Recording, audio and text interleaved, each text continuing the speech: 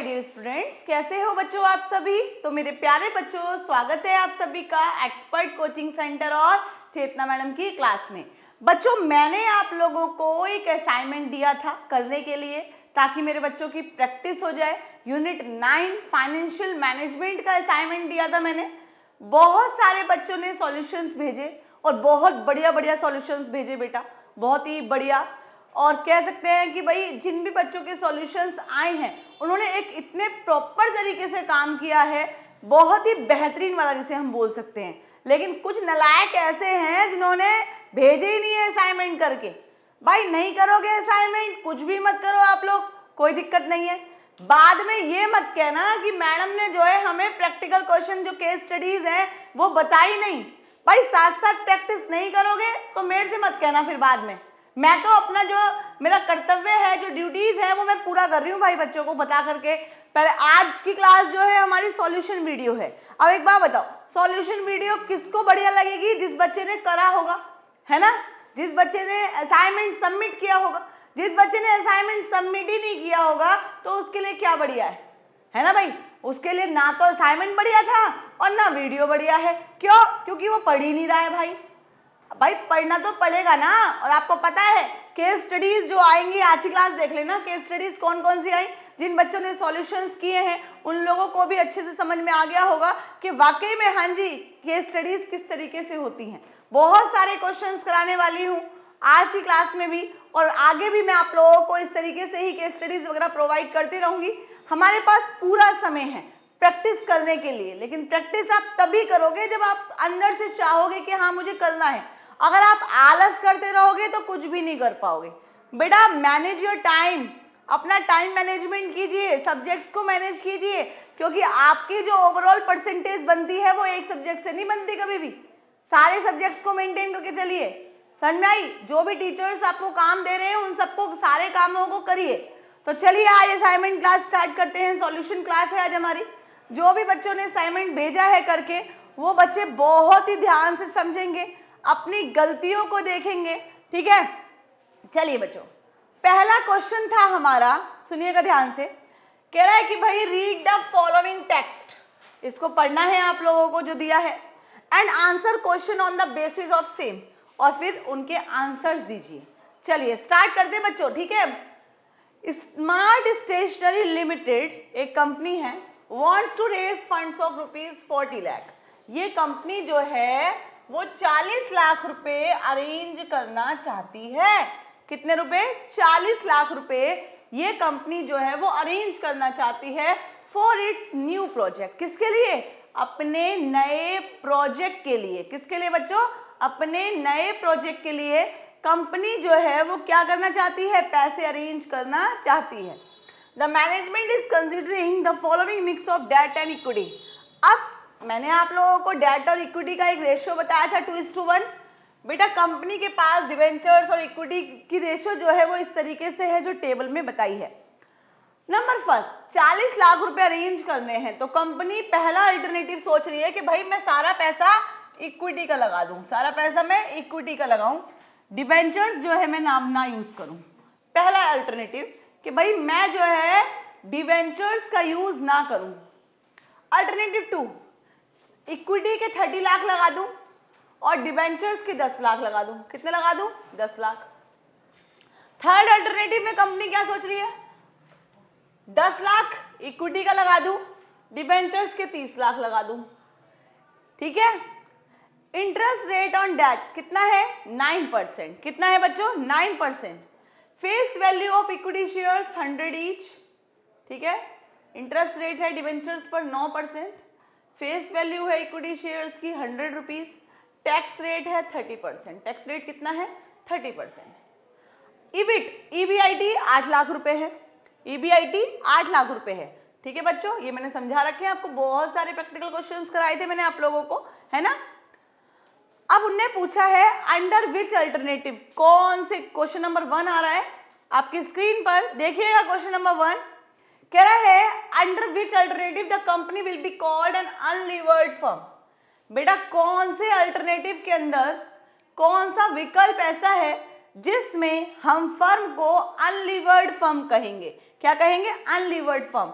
अब आप ये सुनिए कि एक्चुअल में अनलीवर्ड फर्म बच्चों क्या होती है। अनलीवर्ड फर्म का मतलब होता है एक ऐसी फर्म जिसके अंदर डिबेंचर्स का यूज नहीं किया गया, डिबेंचर्स का यूज नहीं किया गया। तो बताओ कौन सा अल्टरनेटिव था? अल्टरनेटिव 1 में डिबेंचर 0 है। डिबेंचर क्या है? 0 है। तो इसलिए हमने क्या कहा, कौन से अल्टरनेटिव के अंदर है? अल्टरनेटिव 1 के अंदर जो है फर्म को हम लोग अनलीवर्ड फर्म कहेंगे। क्या कहेंगे? अनलीवर्ड फर्म कहेंगे। Clear? Question number 2, the earning per share under alternative 1। Alternative 1 के अंदर अर्निंग पर शेयर कितनी होगी? ईपीएस, अर्निंग पर शेयर निकालना सिखाया था मैंने आप लोगों को। ठीक है, तो देखिए उसने ऑप्शंस दे रखे हैं, लेकिन ऑप्शंस हम अक्कड़ बक्कड़ करके नहीं करेंगे, किससे पूछ के नहीं करेंगे। क्या करना पड़ेगा? सॉल्व करना पड़ेगा।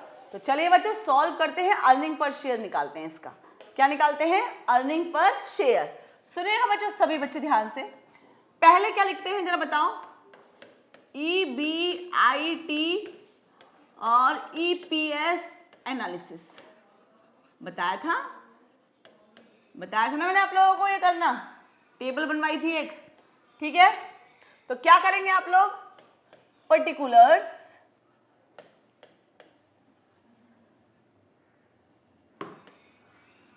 Alternative 1, alternative 2, alternative 3। ठीक है, तीनों अल्टरनेटिव्स को हम लोग लेकर के चल रहे हैं। सभी बच्चे ध्यान दीजिएगा, तीनों अल्टरनेटिव चलेंगे हमारे, अल्टरनेटिव 1, अल्टरनेटिव 2, अल्टरनेटिव 3। ठीक है, कौन से विकल्प के अंदर जो है हमारा सबसे बढ़िया रहेगा, सबसे बढ़िया ऑप्शंस क्या रहेंगे? तो हम EBIT और EPS एनालिसिस कर रहे हैं। तो बच्चों ध्यान सुनना, सबसे पहले जरा बताओ क्या लिखते थे? यहाँ पे लिखते थे हम लोग EBIT, earning before interest and tax. क्या लिखते थे बच्चों? Earning before interest and tax लिखते थे। ठीक है, ध्यान से सुनिएगा बच्चों। EBIT और EPS एनालिसिस कर रहे हैं तो earning before interest and tax कर रहे हैं। सबसे पहले क्या लिखेंगे जरा बताओ मुझे? कितनी थी EBIT? थी कितनी बच्चों? देखिएगा ध्यान से, क्वेश्चन में आइए। EBIT earning before interest and tax 8 lakh. कितना था बच्चों? 8 लाख। ये लीजिए 8 लाख लिख दिया। तीनों ही कंडीशन में EBIT 8 लाख है। कितना है? 8 लाख। ओके, लेस क्या करेंगे बच्चों? बताओ जरा क्या करते थे? Interest on debentures. जरा देखो कितना इंटरेस्ट था? इंटरेस्ट की रेट कितनी थी? 9%। कितनी थी बच्चों? 9%, @ 9%। चलिए बात करते हैं, जरा बताइए कितना कितना लगेगा? क्या इस पर लगेगा कोई इंटरेस्ट? नहीं जी, इस पे नहीं लगेगा। क्यों नहीं लगेगा? क्योंकि भाई इसने जो है कोई डिबेंचर का यूज नहीं करा। ठीक है जी, यहाँ पर कुछ नहीं लगेगा। दूसरी वाले अल्टरनेटिव में 10 लाख, 10 लाख का 9% लगेगा। 10 लाख का कितना लगेगा? 9%। तो कितना हो गया बच्चों? 90,000। ठीक है, यहां पर अल्टरनेटिव 3 के अंदर क्या था? 30 लाख। 30 लाख का 9% कितना हो गया बेटा? जरा बताओ। 2,70,000। कितना हो गया? 2,70,000। ठीक है बच्चों, क्लियर? ये हमारे पास क्या निकल के आ गया? जरा बताओ। ये हमारे पास आ गया अर्निंग बिफोर टैक्स। क्या आ गया बच्चों? Earning before tax. कितना आया? ये आ गया 8 लाख, ये आ गया 7,10,000, ये आ गया 5,30,000। ठीक है बच्चों, लेस अब क्या करेंगे बच्चों? ध्यान सुनना, अब क्या करेंगे? Less tax. कितना था बच्चों टैक्स? जरा देखिए यहां पर कितना है टैक्स? 30%। तो चलिए 30% टैक्स लगाते हैं। ठीक है, 30% किसका? इसका, ये जो बचा है। तो 8 लाख का 30% कितना होता है बच्चों? 2,40,000। ये कितना होता है बच्चों? 2,13,000। ठीक है, ओके। ये कितना होता है? 1,59,000। Is that clear? कोई दिक्कत? लेस टैक्स कर दिया हमने एट द रेट 30%। जब आप लोग करेंगे तभी तो समझ में आएगा, जब आप लोग सॉल्यूशन नहीं करेंगे तो अर्निंग पर शेयर कैसे निकालेंगे? ठीक है, कितना आ गया? 8 लाख में से 2,40,000 गया तो कितना आया? 5,60,000। ये कितना आया? 4,97,000। ये कितना आया? 3,71,000। ठीक है बच्चों, अब ये क्या आया निकल के एक्चुअल में? ये हमारे पास आया अर्निंग, भाई टैक्स वैक्स दे दिया, सब कुछ इंटरेस्ट दे दिया। अर्निंग अवेलेबल फॉर, किसके लिए अर्निंग है ये? Equity share holders. Earning available for equity share holders, equation number 1। Okay, equation number 1। ध्यान सुनिएगा बच्चों। अब क्या हुआ, हम यहां पर लिखेंगे नंबर ऑफ इक्विटी शेयर्स, निकालेंगे number of equity shares. Equation number 2, 100 रुपए का एक शेयर था ना बच्चों, कितने का था? 100 रुपए का। तो इसके पास कितने थे? 40 लाख। तो नंबर ऑफ शेयर्स कितने हो गए? देखो इसके पास 40 लाख थे, तो इसको जो है हम लोग डिवाइड करेंगे किससे? 100 से। इसको भी डिवाइड करेंगे 100 से, इसको भी डिवाइड करेंगे 100 से। नंबर ऑफ इक्विटी शेयर्स निकालने के लिए हम लोगों को डिवाइड करना पड़ेगा। इसके पास कितने आ गए? 40,000। डिवाइड करा ना, इसके पास कितने आ गए? 40,000 आ गए। इसके पास 30,000 आ गए। इसके पास 10,000 आ गए।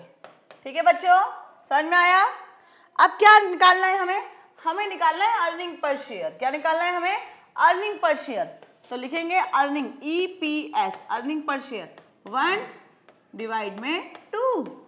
इनको डिवाइड करेंगे, इनको डिवाइड करेंगे। इनको, इसका आ गया 14, इसका आ गया 16.57, इसका आ गया 37.1। तो ये क्या आ गया? अर्निंग पर शेयर आ गया। ठीक है बाबू, क्या आ गया? ये अर्निंग पर शेयर। ओके, अब उसने ऑप्शन में क्या दिया? अल्टरनेटिव 1 में पूछा है उसने। देखो क्या पूछा था उसने, क्या पूछा था? The earning per share under alternative 1। Alternative 1 में अर्निंग पर शेयर जो है वो कितना है? तो बताओ बच्चों कितना है अर्निंग पर शेयर? 14 रुपीज ही तो आया। कितना आया? 14। हमने सॉल्व कर दिया, सही बात है ना? अच्छा जी, क्वेश्चन नंबर 3 पूछ रहा है, under which of the 3 alternative will the company be able to take advantage of trading on equity? कौन से अल्टरनेटिव के अंदर कंपनी को एडवांटेज मिल रही है ट्रेडिंग ऑन इक्विटी की? किसकी बेटा जी? ट्रेडिंग ऑन इक्विटी की एडवांटेज कौन से अल्टरनेटिव के अंदर मिल रही है? पहले मैं आप लोगों को बता दूं, ट्रेडिंग ऑन इक्विटी के बारे में मैंने आप लोगों को बहुत सारी बातें बताई थी कि भाई ट्रेडिंग ऑन इक्विटी के अंदर क्या होता है कि एक कंपनी ज्यादा से ज्यादा डिबेंचर्स का यूज करती है तो उसको जो है इंटरेस्ट कम देना पड़ता है ना, सॉरी टैक्स जो है वो कम देना पड़ता है। तो ट्रेडिंग ऑन इक्विटी का बेनिफिट सबसे ज्यादा कहां पर मिल रहा है? तो देखिए अर्निंग पर शेयर कहां पर ज्यादा आ रही है? इस वाले अल्टरनेटिव के अंदर आ रही है ना, ठीक है। और जी टैक्स सबसे कम अर्निंग कह सकते हैं, टैक्स सबसे कम कौन दे रहा है? ये दे रहा है भाई, ठीक है। और जी अर्निंग इक्विटी शेयर होल्डर को कितना बटना है कि भाई 3,71,000, लेकिन टैक्स सबसे कम दे रहा है। ये टैक्स में बेनिफिट मिल रहा है ना इसको, किस में मिल रहा है? टैक्स में बेनिफिट मिल रहा है। और अर्निंग पर शेयर अल्टरनेटिव 3 के अंदर सबसे ज्यादा आ रही है। तो जब अर्निंग पर शेयर जौन से अल्टरनेटिव के अंदर जब से सबसे ज्यादा आएगी, हम कहेंगे कि उसको जो है ट्रेडिंग ऑन इक्विटी का बेनिफिट मिल रहा है। तो कौन से उसके अंदर मिल रहा है बच्चों? अल्टरनेटिव 3 के अंदर। क्लियर? कोई दिक्कत तो नहीं है? समझ में आ रहा है ना बच्चों? चलिए, और point question number 4। Question number 4 क्या कह रहा है? डज अर्निंग पर शेयर, क्या ये बताओ अर्निंग पर शेयर जो है ऑलवेज राइज, हमेशा बढ़ता है? अर्निंग पर शेयर हमेशा बढ़ता है विद इंक्रीज इन डेट। क्या हमेशा ऐसा होता है? अर्निंग पर शेयर हमेशा बढ़ेगा जब हम डेप्ट को बढ़ाएंगे। गिव रीजन, रीजंस भी दीजिए बेटा, ये बहुत बढ़िया क्वेश्चन है। बहुत बढ़िया क्वेश्चन है, ऐसा नहीं है ये एमसीक्यू में अलग से ही पूछ सकता है। बेटा मैंने आप लोगों को बताया था कि हमेशा जब कंपनी डेब्ट का यूज करती है तो हमेशा ये कंडीशन नहीं आती कि हमेशा ही जो है वो बढ़ेगा, ऐसा नहीं होता। अर्निंग पर शेयर डिबेंचर्स का यूज करने पर हमेशा ही बढ़ेगा, ऐसा बिल्कुल भी आप लोग नहीं कह सकते।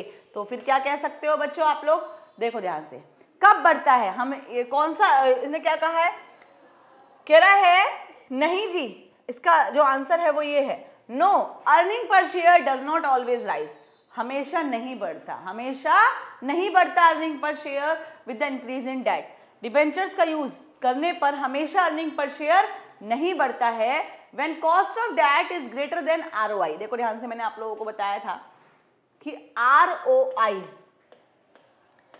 ज्यादा होगा इंटरेस्ट से, ठीक है, किससे, इंटरेस्ट से, तो जो है अर्निंग पर शेयर बढ़ेगा, ठीक है, ओके। और अगर जो है आरओआई कम होगा इंटरेस्ट रेट से, हाँ जी बच्चों, तो क्या होता है बेटा जी कि आरओआई जो है अगर कम होगा इंटरेस्ट रेट से तो ईपीएस जो है वो घट जाता है। तो क्वेश्चन में क्या पूछा था इसने कि ये बताओ कि हमेशा ही ऐसा होता है कि डिबेंचर्स बढ़ेंगे तो आरओआई जो है वो हमेशा, अर्निंग पर शेयर जो है वो हमेशा ही बढ़ेगा। तो हम कहेंगे नहीं, no, earning per share does not always rise, वो कभी भी, मतलब ऐसा हमेशा नहीं होता कि भाई अर्निंग पर शेयर हमेशा ही बढ़ेगा अगर हम डेट का यूज कर रहे हैं। व्हेन कॉस्ट ऑफ डेट, अगर जो है कॉस्ट यानी कि जो इंटरेस्ट है, प्रेफरेंस, डिविडेंड है, मैंने ऐड करना सिखाया था आप लोगों को, इन सबको जोड़ लो कि कितनी मतलब परसेंटेज बैठ रही है और डेट जो है वो कितना हम ब्याज दे रहे हैं, उन सबको जोड़ लो। अगर ऐसा है तो ये हमेशा, मतलब अर्निंग पर शेयर कई बार डिक्रीज भी हो सकता है। तो option number D is the right answer, ठीक है बेटा जी, क्लियर। आगे आइए, क्वेश्चन, केस स्टडी सेकंड। चलिए बच्चों केस स्टडी नंबर 2 पढ़ते हैं, ध्यान से सुनिएगा। कह रहा है रीड द फॉलोइंग टेक्स्ट, आप लोगों को ये पढ़ना है and answer questions on the basis of the same, और इनके बेसिस पर आपको आंसर्स देने हैं। क्या कह रहा है ये देखिए, VO limited is a company manufacturing textile. VO limited एक कंपनी है जो कि टेक्सटाइल बनाती है यानी कि कपड़े बनाती है। It has a share capital of ₹60 lakh, इसके पास शेयर कैपिटल कितनी है, 60 लाख की है। The earning per share in the previous year, पिछले साल इस कंपनी की अर्निंग पर शेयर कितनी थी, 50 पैसे। फॉर डाइवर्सिफिकेशन, क्या कह रहा है ये, फॉर डाइवर्सिफिकेशन क्या हुआ, the company requires additional capital of ₹40 lakh. Company को एडिशनल कैपिटल भी चाहिए, क्या चाहिए कंपनी को, एडिशनल कैपिटल, कितनी चाहिए, 40 लाख की, कितनी चाहिए बच्चों, 40 लाख की एडिशनल कैपिटल चाहिए। The company raise funds by issuing 10% debentures for the same. अब कंपनी क्या कर रही है, 10% डिबेंचर्स इशू कर रही है, इसके लिए क्या कर रही है कंपनी, 10% वाले डिबेंचर्स इशू कर रही है। कितने रुपए की करेगी बच्चों, कितने रुपए चाहिए, 40 लाख रुपए चाहिए, तो 40 लाख के ही कंपनी जो है वो डिबेंचर्स इशू कर रही है। ड्यूरिंग द करंट ईयर में the company earn profit, company को क्या हुआ, प्रॉफिट हुआ, कितने का, 8 लाख का। करंट ईयर में कितना प्रॉफिट है, 8 लाख का। ऑन कैपिटल एम्प्लॉयड, जितना उन्होंने पैसा लगाया उसके ऊपर उनको 8 लाख का प्रॉफिट हुआ। टैक्स कितना है, 40%। Assume that the face value of share, ये एज्यूम करो कि फेस वैल्यू जो है वो 10 रुपए है शेयर की, ठीक है, ये मान के चलना है हमें। क्वेश्चन है identify the financial decision highlighted above. जो ऊपर मैंने फाइनेंशियल डिसीजन यहाँ पर जो बताया, फाइनेंशियल डिसीजन कौन कौन से होते हैं, एक होता है इन्वेस्टमेंट डिसीजन, एक होता है फाइनेंसिंग डिसीजन और एक होता है डिविडेंड डिसीजन। तो यहाँ पर कौन सा है बेटा बताओ, एक डेट और इक्विटी की रेशो देख रहे हैं, कितना डिबेंचर्स यूज करें, कितना इक्विटी यूज करें, ठीक है, ये सब कुछ जो देखा जा रहा है ये कौन से डिसीजन में, फाइनेंसिंग डिसीजन में। किसमें बच्चों, फाइनेंसिंग डिसीजन में ऐसा हो रहा है। State whether the share holder gained और लॉस, ये बताओ शेयर होल्डर्स को प्रॉफिट होगा या लॉस होगा in respect of earning per share, किसको निकालते हुए, अर्निंग पर शेयर को देखते हुए। अब अर्निंग पर शेयर जब पता होगी तभी तो हम लोग निकाल पाएंगे। तो चलिए बच्चों अर्निंग पर शेयर निकालते हैं, जैसे यहाँ पर निकाला था ना हमने। तो क्वेश्चन नंबर 2 करते हैं। यहाँ पर अर्निंग पर शेयर निकालने के लिए हम लोग क्या करेंगे, सबसे पहले लिखेंगे, देखो ध्यान से, ई पहले क्या हेडिंग डालते हैं, ईबिट और ईपीएस एनालिसिस, ठीक है, ओके बच्चों, ईबिट और ईपीएस एनालिसिस। अब क्या करेंगे हम लोग, टेबल बनाएंगे, पर्टिकुलर्स,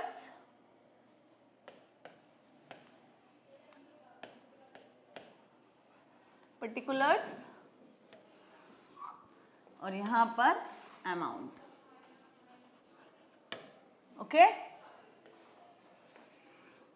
यहां पर क्या लिखेंगे हम लोग, अर्निंग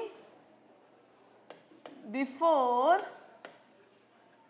इंटरेस्ट एंड टैक्स, यानी कि ईबीआईटी। कितना है बच्चों, कितना दे रखा था, जरा देखिए कितना दे रखा था इसने, ईबीआईटी 8 लाख रुपए, है ना, प्रॉफिट दे रखा था ना उसने 8 लाख रुपए। तो देखो क्या कह रहा है ये, कितना लिखेंगे यहां पर, 8 लाख, ठीक है। लेस, क्या लिखेंगे, लेस इंटरेस्ट ऑन डिबेंचर्स, ठीक है। कितने रुपए के डिबेंचर्स यूज करने की कह रहा था ये, 40 लाख रुपए चाहिए थे ना कंपनी को, कितने चाहिए थे, 40 लाख, और 40 लाख रुपए के ही कंपनी जो है वो डिबेंचर्स यूज कर रही है। कौन से वाले, 10% डिबेंचर्स, कितने वाले, 10%। तो हम लोग क्या लिखेंगे, इंटरेस्ट ऑन डिबेंचर्स 40 लाख का एट द रेट 10%, तो कितना हो गया बच्चों, 4 लाख। कितना हो गया, 4 लाख, ठीक है बाबू। अच्छा जी, अब हम क्या लिखेंगे, ये हमारे पास क्या निकल के आया, ये आया हमारे पास ईबीटी, अर्निंग बिफोर टैक्स, कितना आ गया, 4 लाख, है ना भाई, कितना आ गया, 4 लाख। लेस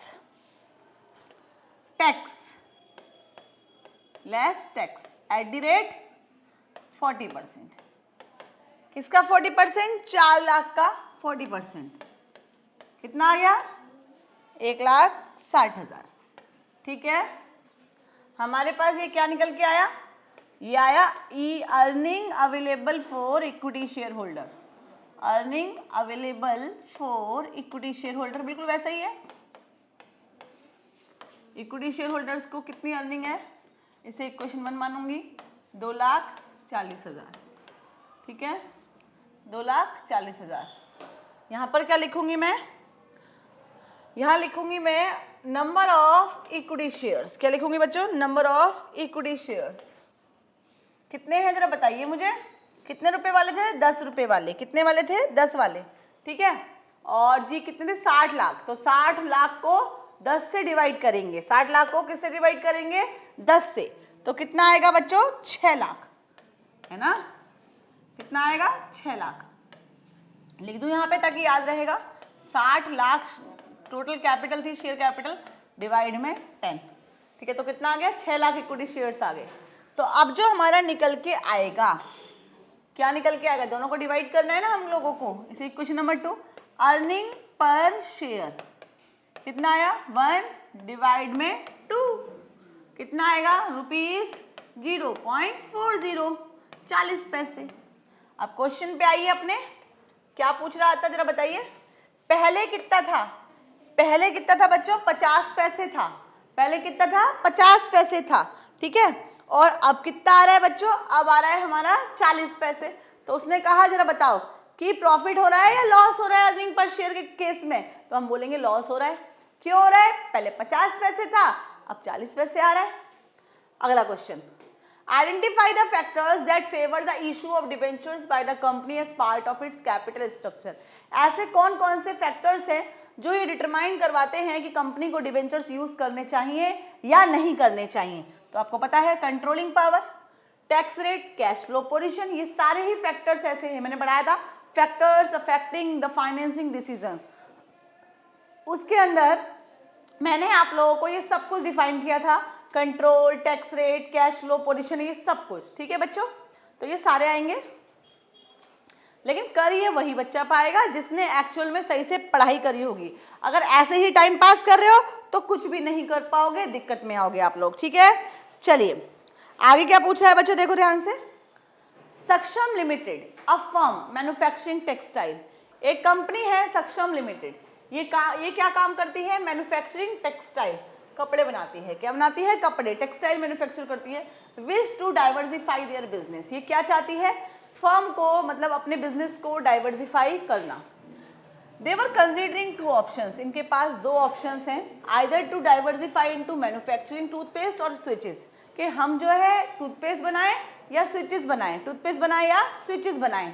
तो they wanted to invest in the purchase of land, ये चाहते हैं कि हम लोग लैंड खरीदें, जमीन खरीदें, to set up a manufacturing unit in the backward area of Gujarat, ताकि जो है हम एक मैन्युफैक्चरिंग कह सकते हैं इंडस्ट्री लगा सकें, कहाँ पर, जो भी गुजरात के बैकवर्ड एरिया है वहाँ पर, जो भी गुजरात के बैकवर्ड एरिया है वहाँ पर, which would also lead to the generation of employment opportunity in the area, जिससे कि लोगों को रोजगार मिलेगा, जिससे कि क्या मिलेगा, लोगों को रोजगार, ठीक है। But only after fulfilling all legal requirements and taking appropriate steps to ensure that the environment was not polluted, और ये भी ध्यान रखना है कि हमारा एनवायरमेंट जो है वो पॉल्यूटेड नहीं होना चाहिए, हमारा एनवायरमेंट पॉल्यूटेड नहीं होना चाहिए, ठीक है। The finance manager, the Mr. Ramakant, was asked by the management to prepare a report on the factors which should be considered while making the above investment decision. तो बेटा जी उससे बोला गया, रमाकांत जो है वो उनसे, उन्होंने मैनेजमेंट से बोला कि भाई पूरी रिपोर्ट तैयार करो कि कौन कौन से ऐसे फैक्टर्स हैं जो इन्वेस्टमेंट डिसीजन को इफेक्ट करते हैं। क्वेश्चन है identify the financial management decision. पहले बताओ इन्वेस्टमेंट के बारे में सोच रहा है ना, तो कौन सा डिसीजन है ये, फाइनेंशियल, भाई लॉन्ग टर्म है या शॉर्ट टर्म है ये बताओ, या फाइनेंसिंग है या डिविडेंड है। देखो फाइनेंसिंग तो है नहीं, फाइनेंसिंग में इक्विटी डिबेंचर्स देखते हैं, डिविडेंड भी नहीं है, और लॉन्ग टर्म है या शॉर्ट टर्म है, लैंड के बारे में बात कर रहे हैं तो लॉन्ग टर्म डिसीजन है ये, कौन सा है, long term investment decision. Clear. What is the another name of financial decision identify, जो आपने ऊपर पहचाना, लॉन्ग टर्म इन्वेस्टमेंट डिसीजन होते हैं जो आपने ऊपर पहचाना है इन्वेस्टमेंट डिसीजन, वो क्या है, लॉन्ग, बताओ उसका दूसरा नाम क्या है, अनदर नेम क्या होता है। मैंने आपको 10 बार क्लास के अंदर बताया कि जब भी लॉन्ग टाइम के लिए हम इन्वेस्टमेंट के बारे में सोच रहे हैं तो उसको हम लोग कैपिटल बजटिंग डिसीजन बोलते हैं। क्या बोलते हैं, कैपिटल बजटिंग डिसीजन। बच्चों अगर आपने ये गलत पहचाना होगा ना तो ये भी गलत होना ही होना है, सही बात है ना। वहां पर शॉर्ट टर्म कर दिया तो यहाँ पर क्या करोगे, वर्किंग कैपिटल डिसीजन, यहाँ पर लॉन्ग टर्म करोगे तो यहाँ पर कैपिटल। ये याद होने चाहिए, कंसेप्ट हैं ये जो मैंने आप लोगों को पढ़ाए हैं। जब लॉन्ग टाइम के लिए सोचते हैं तो उनको हम लोग क्या बोलते हैं, हम बोलते हैं उनको लॉन्ग टर्म इन्वेस्टमेंट डिसीजन को कैपिटल बजटिंग। क्लियर। चलिए आइए आगे, अब क्या कह रहा है ये आगे देखिए। नेक्स्ट क्वेश्चन हमारा 8 तक क्वेश्चन सारे हो गए, ये वाले कंप्लीट हो गए, ये वाले तो 9 तक। क्वेश्चन नंबर 10 देखिए बेटा, कह रहा है the directors of a manufacturing company, एक कंपनी के डायरेक्टर्स हैं, एक कंपनी है मैन्युफैक्चरिंग कंपनी, उस कंपनी के जो डायरेक्टर्स हैं आर थिंकिंग ऑफ, वो लोग सोच रहे हैं, क्या सोच रहे हैं, issuing ₹20 crore worth additional debentures for expansion of their production capacity. अपनी प्रोडक्शन कैपेसिटी को बढ़ाने के लिए वो लोग सोच रहे हैं कि हम लोग जो है वो 20 करोड़ रुपए के डिवेंचर्स इशू कर दें, जिससे कि this will lead to an increase in debt equity ratio, जिससे कि जो डेट इक्विटी रेशियो है वो 2:1 थी पहले, अब 3:1 हो जाएगी। क्या हो जाएगी, पहले 2:1 थी, अब 3:1 हो जाएगी। What are the risk involve in it, बताओ जरा कौन सा रिस्क इसके अंदर इन्वॉल्व है, कौन सा रिस्क शामिल है। Explain any 3 factors other than risk do you think the director should keep in view. इसके अलावा 3 रिस्क और बताइए, सॉरी इसके अलावा जो आपने पढ़ा है, जो सा रिस्क आपने पहचाना है उसके 3 फैक्टर्स बताइए जो उसको इफेक्ट करेंगे।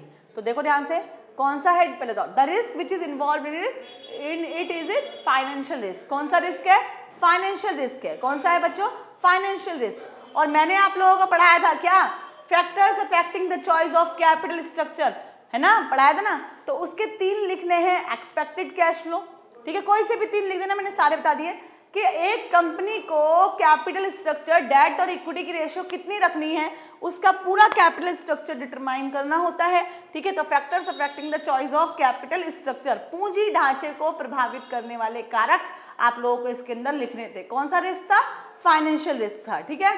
तो expected cash flow, stability of sale, interest coverage ratio, ये सब पढ़ा रखा है, इसकी वीडियो देख लीजिएगा, सब पढ़ा रखा है मैंने आप लोगों को, ठीक है। 7 कितने थे, 7 थे। पूंजी ढांचे को चयन को प्रभावित, मैंने हिंदी में भी दिया है, पूंजी ढांचे के चयन को प्रभावित करने वाले घटक, ठीक है बच्चों। इसके अंदर कोई से भी 3 लिखने थे आप लोगों को। क्लियर। तो ये पेपर जो है हमारा आज का असाइनमेंट सॉल्यूशन फिनिश होता है बच्चों। सभी बच्चे ध्यान से करिएगा। कोई प्रॉब्लम हो, अब तो होगी नहीं वैसे तो प्रॉब्लम, मैंने सब बता दिया, फिर भी कहीं पर डाउट आ रहा हो तो बच्चों डिस्कस कर लीजिएगा।